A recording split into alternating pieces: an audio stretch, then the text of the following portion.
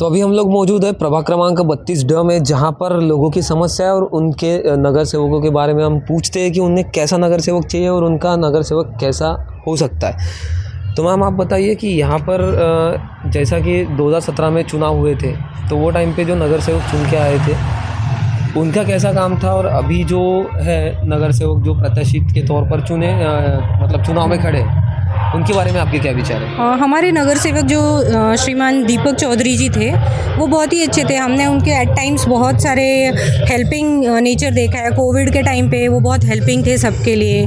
कभी भी किसी को भी कोई प्रॉब्लम होती है, उनको बस फ़ोन भी किया तो उनके ईगो पे नहीं आती है, वो आते हैं, वो हेल्प करते हैं। उन्होंने हमारे पानी की समस्याएँ सॉल्व की। पहले बहुत कम नल आता था, अभी सफिशिएंट वाटर सप्लाई है, रोड्स ठीक कराए, ड्रेनेजेस साफ़ करवाए। नहीं, जो हमको चाहिए एकदम इजी टू अप्रोच वाले इंसान हैं वो, और वो बहुत ही अच्छे से, मतलब फ्रेंडली नेचर है उनको। सर ये वो बहुत पॉलिशिंग नहीं लगता। आप जिस वे में उनसे जिस भाषा में बात करना चाहते हो तो वो आपकी प्रॉब्लम सॉल्व करके देते हैं, वो समझ लेते हैं सब। मतलब जो मूलभूत सुविधाएं होनी चाहिए एक प्रभाग में, वो सारी मूलभूत सुविधाएं उन्होंने दी है। और अभी भी वो अपक्ष खड़े हैं। तो मेजॉरिटी ऑफ लोगों का कहना यही है कि पार्टीज ना देखते हुए इंडिविजुअल्स देख के ही ये देना चाहिए। इवन हम भी वही चाहते हैं कि इंडिविजुअल्स जो हैं अच्छे, जैसे दीपक चौधरी जी हैं, इनको हम तो बिल्कुल फुल सपोर्ट करते हैं।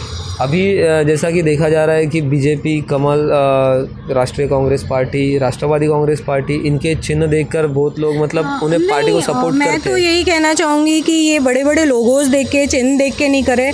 ग्राउंड रूट लेवल पे जो काम करते हैं उन्हीं को देखना चाहिए। और ये कैसे इंडिविजुअल्स वार्ड मेंबर्स के लिए है, तो पर्सन्स देखें और उन्हीं को वोट करें। ऐसे नहीं कि बस बड़ी पार्टी है तो वोट कर दो, बीजेपी है तो वोट कर दो, कांग्रेस है तो वोट कर दो। अभी आप लिटरेट लोग हो, समझदार लोग हो, तो ये सब चीज़ें माइंड में रखनी चाहिए कि क्या अच्छा रहेगा आपके लिए, वही करना चाहिए। तो भी पार्टीज़ का कुछ रोल नहीं आता है इसमें, इन वार्ड मेंबर्स के जो ये होते हैं इसमें। तो जैसा अभी देखा जा सकता है कि बहुत ज़्यादा बड़े तौर पर महाराष्ट्र में लाड़की बहना योजना बहुत ज़्यादा चल रहा है। तो आपको क्या लगता है कि अभी महाराष्ट्र में 3 साल की बच्ची भी सेफ नहीं है? देखिए, लाड़की बहना योजना ज़्यादा इम्पोर्टेंट है या लाड़की बहना को सेफ्टी इम्पोर्टेंट? सिर्फ 1500 रुपये लेके एक लेडी महीना भर तो नहीं निकाल सकती। वो इतनी सक्षम होनी चाहिए कि उसने कम से कम 1.5 लाख रुपए महीना कमाना चाहिए। वो 1500 के लालच में गलत निर्णय नहीं लेने चाहिए। लोगों ने बंद होता है, बंद हो जाना चाहिए। तो ये जो लाडली बहना योजना है, ये योजना ज़्यादा इम्पोर्टेंट है या लाडली बहना को सेफ्टी देना ज़्यादा इम्पोर्टेंट है? लाडली बहना को सेफ्टी देना महाराष्ट्र में ज़्यादा इम्पोर्टेंट है। योजना क्या, 1500 कितने ही दिन आप यूज़ कर सकते हो वो 1500, और आलसी मत हो 1500 के चक्कर में। महिला सशक्तिकरण के बारे में आप क्या सोचती हैं? महिला सशक्तिकरण तो मेरे हिसाब से यही है कि आप खुद अपने पैरों पे स्टैंड हो। आप किसी के भरोसे मत रहो कि ये मुझे 1500 दे दे, वो मुझे 1200 दे दे। इसे नहीं, आप खुद लिटरेट रहो, खुद सक्षम रहो, वैसा ही वही महिला सशक्तिकरण है मेरे हिसाब से। तो भी अभी प्रभाग क्रमांक 32D या फिर प्रभाग क्रमांक 32 में, पूरे प्रभाग में क्या किस पार्टी में या फिर किस उम्मीदवार की हवा चल रही है जो चुन कर आ सकता है, जिनके ज़्यादा हवा तो मुझे दीपक चौधरी जी की ही लग रही है कि वही चुन के आएंगे। बाकी तो मुझे सब मतलब ऐसा लगता है कि उन्होंने पैसे दिए और टिकट्स ले ली। अभी प्रभाग क्रमांक 32 में जो चुनाव चल रहे हैं, उन चुनावों में सबसे ज़्यादा जो तेज़ हवा चल रही है वो किन के नाम की चल रही है, और उम्मीदवार कौन है? किसी पार्टी के है या फिर अपक्ष है वो? अभी हमारे प्रभाग 32 में तो मिस्टर चौधरी सर जो है, दीपक चौधरी सर, उनका काफ़ी अच्छा प्रभाव है। और जैसा आपने कहा हवा, तो उनके यानी जो काम है, उनके काम के चलते हुए उनको सपोर्टर काफ़ी अच्छे हैं हमारे यहाँ पे। तो अभी उन्होंने मतलब पहले भी रह चुके हैं मेरे हिसाब से, जैसा कि जितना मुझे जानकारी है वो पहले भी नगर सेवक रह चुके हैं। तो इस बार भी जनता उन्हें ही चुनेगी या फिर कोई और भी है? अब देखिए, पिछले काम देखते हुए लोग, जनता या फिर जो भी लोग सपोर्ट करती है, पिछले काम उनके काफ़ी अच्छे रहे, काफ़ी सपोर्टिव रहे हैं। कोविड में भी उन्होंने काफ़ी लोगों को सपोर्ट किया है। देखा जाए एरिया में कुछ भी अगर प्रॉब्लम होती है तो पहले यानी अगर उनको हम अप्रोच करते हैं तो वो पहले उस चीज़ों को सॉल्व करने के लिए पहले यानी कोशिश करते हैं। तो ये अप्रोचेबल रहना चाहिए इंसान ने। तो मुझे ऐसा लगता है पर्सनली फॉर मी कि वो फिर से चुन के एक बार आएंगे। इस प्रभाग में ग्राउंड लेवल पर उतरकर जो जैसे कि नगर सेवक पहले वादे करते, आश्वासन देते लोगों को कि हम ये करेंगे, वो करेंगे, वो करेंगे, लेकिन यहाँ पर क्या सही में ये ग्राउंड लेवल पर जाते आपके इश्यूज सॉल्व हुए? हाँ हाँ, काफ़ी इश्यूज़ तो सॉल्व हुए हैं जो दे कैन वो अपने उनके अंडर में जो आते हैं, है ना, और उन्होंने काफ़ी अफोर्ड किया है कि अगर जो चीज़ें नहीं भी उनके अंडर में हैं वो करना चाहते हैं, यानी लोगों की भलाई के लिए होना चाहिए, तो उसके लिए भी उन्होंने काफ़ी एफर्ट डाले हुए हैं। तो आई थिंक कि ग्राउंड लेवल पे वो इस तरीके का इंसान रहना चाहिए कि जिस पे हम लोग अप्रोच भी कर पाए, साथ साथ वो हमारे बातें सुने, हम वो समझे और उन चीज़ों को सॉल्व करने के लिए हमेशा प्रयत्नशील रहे। आपको क्या लगता है कि मतलब जैसा अभी इस बार लोग चिन्ह देखकर वोट देंगे या फिर काम देखकर वोट देंगे? काम देख के ही वोट देना चाहिए। चिन्ह देख के आदमी की पहचान नहीं होती है, आदमी की पहचान उनके काम से होती है। इन केस अगर जैसे अभी अब देखा जाए तो बीजेपी की काफ़ी हवा है, या फिर कोई भी बड़ी पार्टी रही उनकी, हम लोग उनका खाली सिंबल देख लेते हैं, तो सिंबल से किसी भी आदमी की पहचान नहीं होती है। मुझे ऐसा लगता है कि किसी आदमी की पहचान उसके काम से होती है, तो काम को देखते हुए किसी को वोट करना चाहिए। और हमारे यहाँ पे जैसे आपने बोला प्रभाग में उन्होंने सर ने काफ़ी काम किया है, दीपक चौधरी सर ने, तो I think we should support them. लोगों का मानना यह है कि जैसे कि सेंट्रल गवर्नमेंट भी बीजेपी की है और स्टेट गवर्नमेंट भी बीजेपी की है, हाँ, तो ये डबल इंजन की सरकार है, तो इस पर ज़्यादा भरोसा लोग दिखाएंगे या फिर कोई अपक्ष उम्मीदवार जैसे कि आप बोल रहे हो दीपक चौधरी जी, उनके ऊपर? देखिए, मैंने जैसे पहले भी अभी बोला कि सिंबल देख के आदमी की पहचान नहीं होती है ना। हो सकता है कि कोई अगर बीजेपी के सिंबल पे भी अगर फाइट कर रहा है या फिर लड़ रहा है चुनाव, तो वो इंसान अच्छा ही होगा, ये ज़रूरी नहीं है। हमें इंसान देखना चाहिए। रूट लेवल पे अगर हम देखा जाए तो मुझे ऐसा लगता है पर्सनली फॉर मी कि मैं इंसान देखते हुए उनको दीपक चौधरी सर को मुझे सपोर्ट करना चाहिए। सर, जैसा कि अभी नागपुर में महानगर पालिका चुनाव का दौर है और सरगर्मियाँ बहुत ज़्यादा तेज़ हो गई है, जिसकी वजह से अभी मतलब सब अपना चुनाव में प्रचार में बिजी है। तो आपके प्रभाग 32 में किसकी हवा ज़्यादा तेज़ है?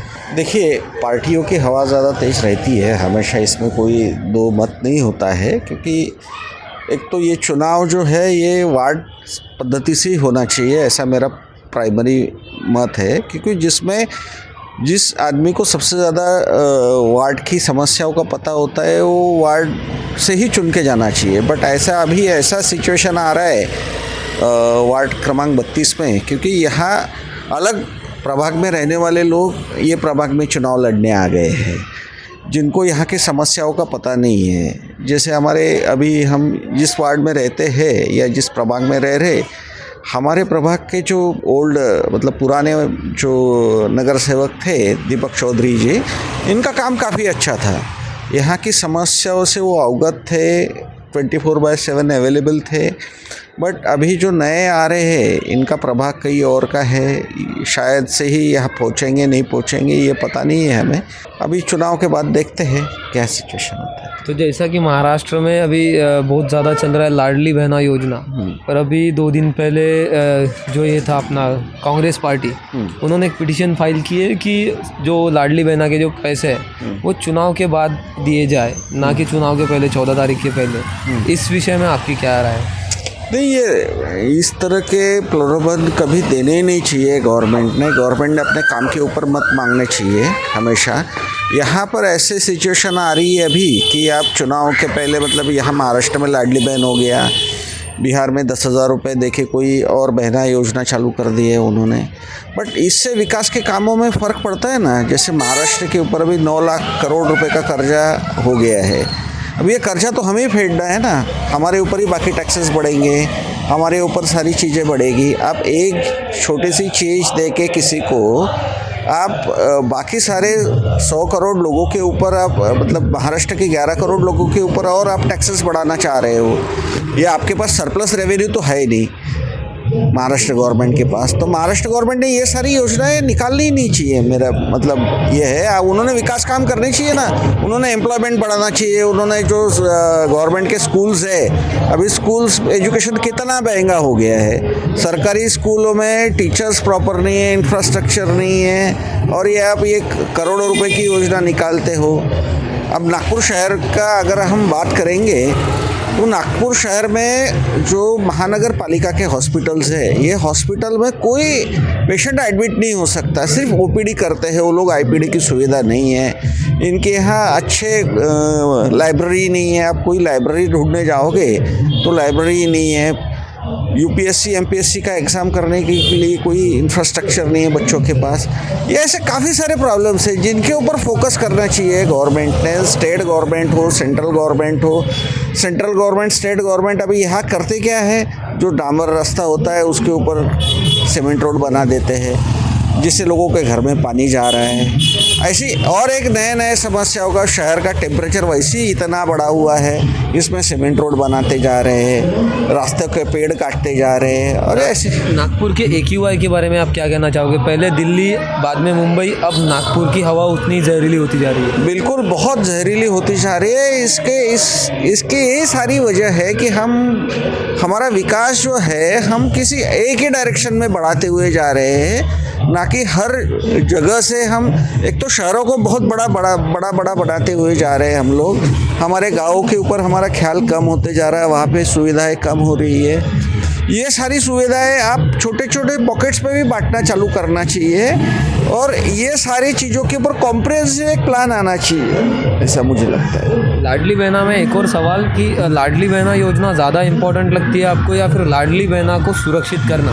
क्योंकि जैसा अभी महाराष्ट्र में हालात हो गए कि 3 साल की बच्ची भी अब सुरक्षित नहीं बची है, तो ये जो लाडली बहना की योजना के लिए जो पैसा निधि मंजूर करा रहे हैं, उसी निधि में सुरक्षा का कोई अगर पुख्ता इंतजाम करते, कोई संगठन बनाते तो वो ज़्यादा इम्पोर्टेंट रहेगा या फिर लाडली बहना को पैसा देना? लाडली बहना इनिशिएटिव के बजाय आप सुरक्षित बहना योजना ज़्यादा अच्छी होनी चाहिए। और ये सारे हम लोगों ने ये जो प्लान बनाए हुए हैं गवर्नमेंट के भी, इसके ऊपर अभी जो इन्हें आप जैसा कह रहे हैं उसमें से कोई अगर थोड़ा सा पैसा अगर ये लाडली बहना इनिशिएटिव के बजाय सुरक्षित बहना इनिशिएटिव में करें तो भी ज़्यादा अच्छा रहेगा। अभी प्रभाग क्रमांक 32 में हम खड़े हैं और प्रभाग क्रमांक 32 में अभी जो चुनाव चल रहे हैं, उन चुनावों में सबसे ज़्यादा हवा किसकी तेज है, पार्टी, अपक्ष या विपक्ष? अभी तो फिलहाल हमारा दीपक भाऊ का अपक्ष जो जैसे कि जानकारी है, इसके पहले वो नगर सेवक रह चुके हैं। हाँ, क्या उनके कार्यकाल में इस प्रभाग का विकास हुआ था? सब में ज़्यादा, सबसे ज़्यादा सब में ज़्यादा इसलिए विकास हुआ क्योंकि वो धड़ाड़ी का कार्य करता है। किसी ने भी अगर गया तो नहीं ये ये होना ही चाहिए। और खुद मेन बात है ना, नगर सेवक कैसे होना कि भाई वहाँ खड़ा रह के इंजीनियर को बोलेगा, NIT के इंजीनियर को बोलेगा नहीं ये मेरे को होना है, नहीं होना है, झगड़ा करके फंड लाएगा वो आदमी, उसमें उतनी ताकत है। और एक तो खुद ही इंजीनियर आदमी है, क्वालिफाइड आदमी है, इसीलिए उसको इतना कोई ये करने की ये नहीं है। और वो खुद समझ सकता है जनता की क्या ये है प्रॉब्लम है। अभी हमारे यहाँ पे देखो, यहाँ बारिश में इतना पानी बढ़ता था, अभी कोई पानी नहीं बढ़ता क्योंकि दीपक भाऊ ने वहाँ से जो पूरा पानी की लाइन लाया है, यानी बड़ा नाला टाइप, वो पूरा उधर से वैसे ही लेके तो पूरा साई मंदिर तक के वो जो नाला है ना बड़ा वाला, उसको अटैच किए है। तो इधर अभी पानी की समस्या तो नहीं रही, लेकिन जैसे बहुत ही आ गया है, जैसे ढकपुटी बोलते हैं उसको, तो उस टाइप रहा तो थोड़ा पानी आता है। इसी विषय में आपकी क्या प्रतिक्रिया है? बिल्कुल जो मामा ने बोले वही है। नगर सेवक ऐसा चाहिए कि कभी भी आधी रात को अगर उनकी तरफ जाओ तो अपना काम होना रहता है। हमारे दीपक भाऊ का काम ऐसा है कि कोई भी काम लेके जाओ उनके पास, वो कभी नहीं बोलते, पोलाइटली बात करेंगे और हमारे काम तुरंत करके देते हैं वो। अच्छा, मेन बात है ना कैसे कि हमारे नहीं, अब वो संजय गांधी नगर झोपड़पट्टी हो गई, उधर जाएंगे, वो कचरे वाले को बोलेंगे ए तूने गाड़ी क्यों नहीं भेजा रे उधर में फिर बाद में जो ड्रेनेज साफ़ करते हैं, किसी का गटर लाइन चौक हो गया, कुछ हो गया, कंप्लेंट अगर रही तो सवेरे उठ के वो कंप्लेंट देखेंगे कि भाई अरे यार भाई उधर में जाके काम करो। यानी इस तरीके के उनका जो है व्यवहार वो लोगों के प्रति इतना अच्छा है, इसलिए आज जो उनको, इसके पहले भी वो नगर सेवक जो चुन के आए थे वो अपक्ष करके भी चुन के आए हैं, एक बार बीजेपी की तरफ से भी चुन के आए हैं, अपक्ष भी चुन के आए इसके पहले और अभी भी अपक्ष करके खड़े हैं। मतलब सीधी तौर पर इस बार भी उनका ही जोर दिखाई दे रहा है। 101%। और ये सीट निकल गई जैसी है। निकलने जैसी है। यानी विपक्ष की स्थिति क्या लगती है आपको, कहाँ पर है विपक्ष? विपक्ष तो कुछ कुछ जगह अलग अलग, क्योंकि क्या है कि ये प्रभाग है ना, अब ये प्रभाग इतना लंबा है, यहाँ से वो यानी हुड़केश्वर से लेकर तो पूरा वो वहाँ तक के जाता है, कहाँ तक, बजरंग नगर तक के उधर, वो इतना बड़ा प्रभाग है। तो इसमें अब जो सत्ताधारी है, जैसे ये हो गया, बीजेपी हो गया, कांग्रेस हो गई, तो इनकी सीटें, लेकिन उसमें भी उम्मीदवार जो मेन उम्मीदवार रहते हैं, ठीक है भाई, ये कि भाई विधानसभा की तो कोई चुनाव नहीं है, ये नगर सेवक का चुनाव है। तो नगर सेवक अपने को किस तरीके का इंसान होना जो रात बेरात अपने को अपने पास दौड़ के आना चाहिए, ऐसे ही लोगों को लोग चुनते हैं। और उसमें के एक दीपक बाबू हमारे हैं जो नगर सेवक के लिए परफेक्ट है, और वो 109% चुन के आने वाले हैं। इसी विषय में एक आखिरी सवाल कि जैसा कि अभी महाराष्ट्र में चल रहा है बहुत ज़ोरों शोरों से लाडली बहना योजना, पर अभी 2 दिन पहले ही कांग्रेस ने एक पिटीशन फाइल किया है कि लाडली बहना के पैसे इसके बाद दिए जाए, चुनाव के बाद दिए जाए। तो इसी विषय में आपका क्या कहना रहेगा कि लाडली बहना को पैसे देना ज़्यादा इम्पोर्टेंट है या फिर लाडली बहना सुरक्षित करना ज़्यादा इम्पोर्टेंट है? क्योंकि अभी 3 साल की छोटी सी बच्ची का साथ भी गलत काम हो रहा है। लाडली बहनों को सुरक्षित करना, लाडली बहना जो है लेडीज अपने इधर इंडिया में सुरक्षित नहीं है कहीं, उसको पहले सुरक्षित करना बहुत ज़रूरी है।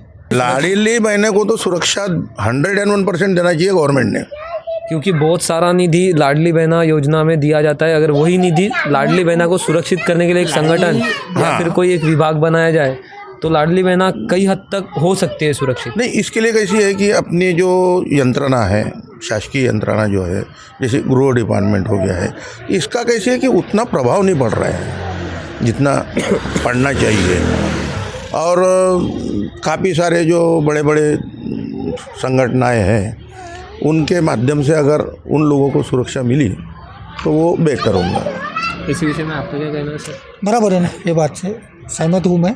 और कैसा है एजुकेशन सेक्टर में थोड़ा सा यानी एजुकेशन थोड़ा यानी जो गरीब मध्यम वर्गीय लोग हैं उनको भी अफोर्डेबल होने को ना इस हिसाब से करना चाहिए। ये लाडली बहनों को 1500 रुपये दे के इधर फिर एजुकेशन महंगा कर रही है, ये बराबर नहीं है। एजुकेशन हो गया, उसके बाद में सारी चीज़ें अपना महंगाई है, आज महंगाई कितना बढ़ गया है, 1500 में कुछ नहीं होता, कुछ नहीं होता।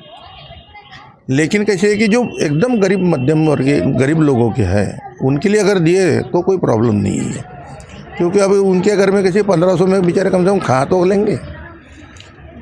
अभी सरकार क्या है, आपको क्या देंगी, गेहूँ चावल दे रही है, शक्कर दे रही है, लेकिन उसके अलावा तुमको सब्जी बनाना है, उसके लिए तो किराना तो लगेगा ही ना भाई, तेल है, नमक है, मीट है, इसके लिए तो लगेगा ही ना। तो उस हिसाब से अगर ठीक है, उनका बेचारा पेट तो भरेगा, लेकिन ऐसे लोगों को मिलना चाहिए। लेकिन जिनके घर में कारें खड़ी है, जिनके नौकरी वाले हैं, अगर उन लोगों को अगर इसका लाभ मिल रहा है तो ये उचित नहीं है।